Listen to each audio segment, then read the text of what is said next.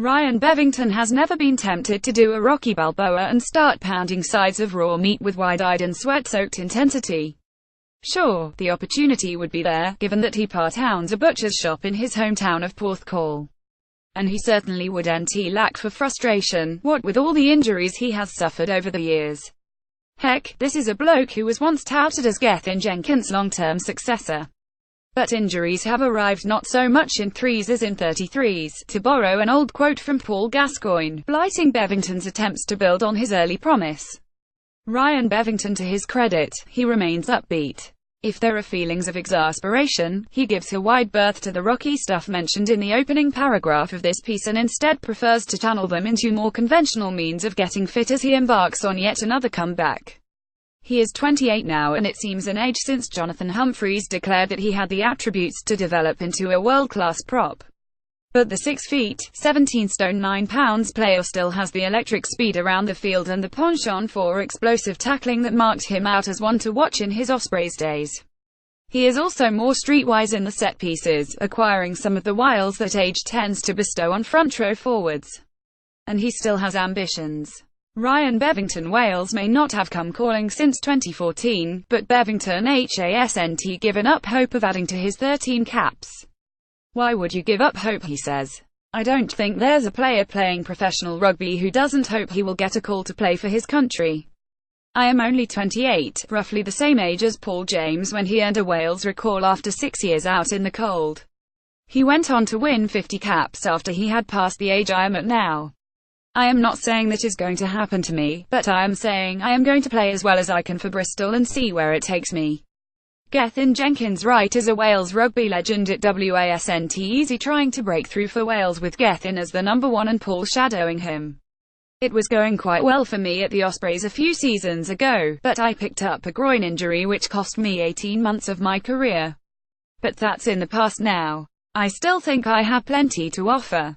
What of the meat and all that? Bevington is a partner in Porthcawl Butchers and can be seen there on some Sundays after matches for Bristol. I wanted a plan B, and so when the opportunity came along to own a butcher's shop, I took it, he says. It's great. Obviously, the rugby is key, but I have a business partner and he looks after the place from day to day. But when I can get over to the shop, I do so.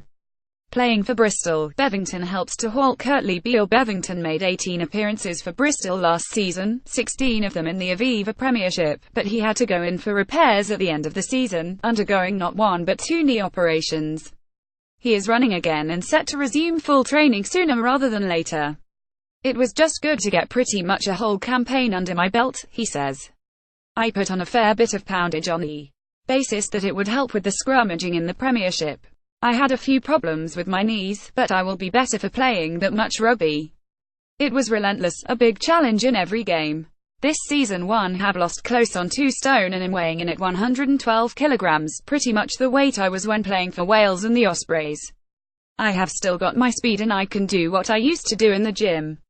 Bristol are looking to play a high-tempo game and that is why I have trimmed down. There is a good feeling about the club. Pat Lam has come in and seems the kind of coach who can take us forward. He has good ideas, tells it straight and is honest with players. I'm enjoying it. Is there any sense that help's forgotten in the eyes of the Wales selectors? Out of sight and out of mind, I don't think about it, he says. I just have a job to do for Bristol. Paul James' second left has been a stalwart for the Ospreys. I still think I can get better as a player, but I also try to take time out to pass on whatever experience I have to younger players. The likes of Ian Goff and Paul James helped me hugely as a youngster at the Ospreys, Paul especially. I go back to his mindset when Wales were overlooking him for all those years. He was determined not to be a one-cap wonder and eventually the selectors had a look at him again.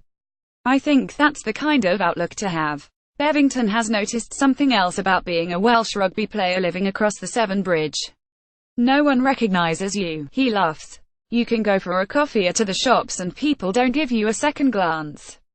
Wales is a bit of a fishbowl and you are clocked all the time. That said, I love returning home, talking to people and catching up with my friends. This chat is conducted just hours after Bevington watched the Bristol Balloon Fiesta. A story of up and away, no doubt. At one point it seemed that's how it was going for the amiable loosehead's career. But there is still time. He has too much to offer to be forgotten about.